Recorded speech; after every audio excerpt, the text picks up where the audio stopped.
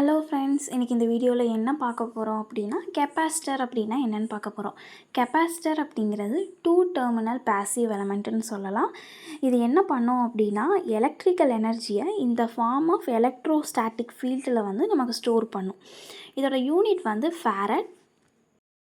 Next பார்த்தோன்னா, இந்த கெப்பாசிட்டரோட long ஹெட்டை வந்து நம்ம பாசிட்டிவ் டெர்மினலாகவும், அதுவே வந்து ஷார்ட் ஹெட்டை வந்து நம்ம நெகட்டிவ் டெர்மினலாகவும் நம்ம கனெக்ட் பண்ணுவோம்.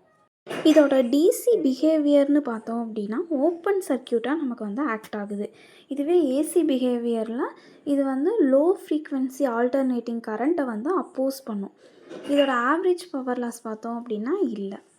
இதோட அப்ளிகேஷன்ஸ்னு பார்த்தோம் அப்படின்னா, வேரியபிள் கெப்பாசிட்டர் வந்து ரேடியோ டியூனர் சர்க்யூட்டில் யூஸ் ஆகுது.